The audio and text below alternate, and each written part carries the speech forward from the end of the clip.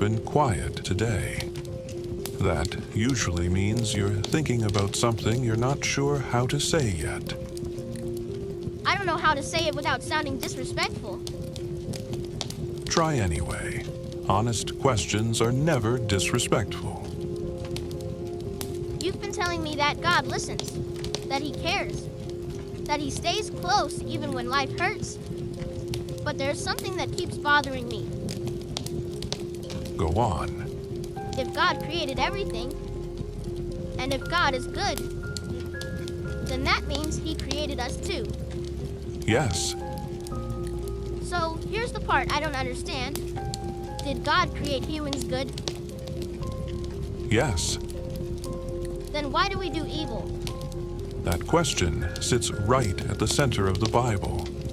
Because it feels like something doesn't add up. You say God is good. You say humans were created good. But the world doesn't look good. People hurt each other on purpose. They lie. They steal. They enjoy power. They ignore suffering. And sometimes, people who believe in God do the worst things. You're not wrong to notice that. So either God didn't create us good, or something went very wrong.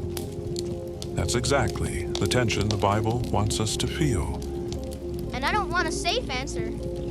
I want an honest one. Then let's start at the beginning. The Bible opens with a simple idea. God creates the world.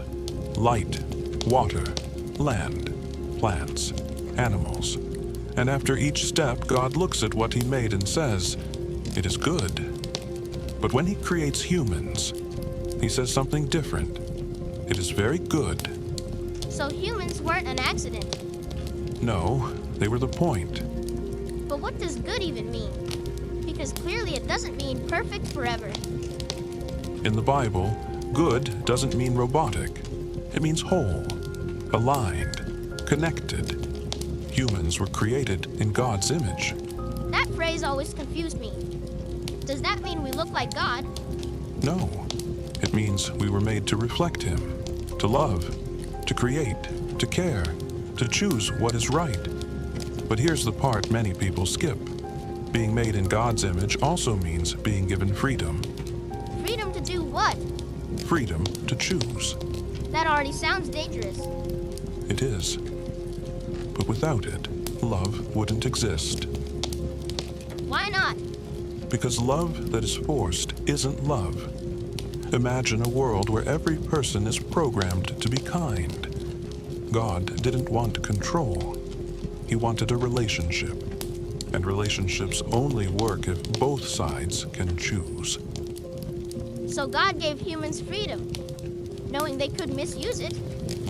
Yes, That feels risky. it was. So what exactly went wrong? The Bible describes a moment where humans chose independence over trust. Not because they wanted to be evil, but because they wanted to decide for themselves what was good and what was wrong. That still sounds small. It sounds small, but it wasn't. It was a break in relationship. And when that trust broke, everything else slowly broke too. So evil didn't start as murder or war. No, it started as distrust. That's uncomfortable. Truth often is. But why did that one choice affect everyone else? Why should people today suffer because of something so old? Because brokenness spreads, like a crack in glass.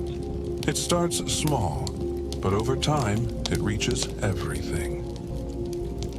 So we're not born evil, but we're born into something broken. Yes, the Bible says humans are created with value, but born into a damaged world with damaged hearts.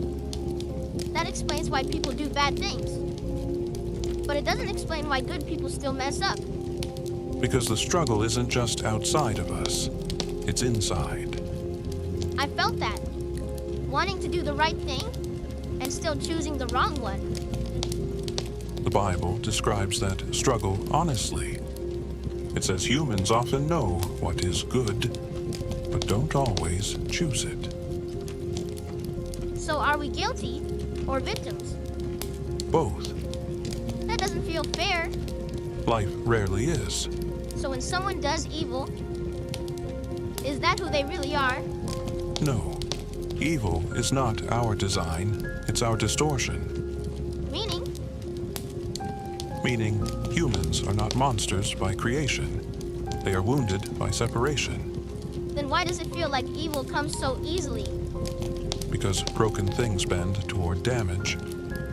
That's depressing. It would be, if that were the end of the story. But it's not. No. The Bible never tells this story to blame humans and walk away. It tells it to explain why rescue is needed. So God didn't look at humans and say, I'm done. No. He stayed. Even after betrayal, even after violence, even after rejection. Why? Because humans were still his image, still valuable, still worth saving. So evil doesn't erase our worth. No, but it does damage our ability to live as we were meant to. That explains why the world feels off. Exactly. So when I see evil, I'm not crazy for being confused. No, you're seeing reality clearly. But here's another hard question.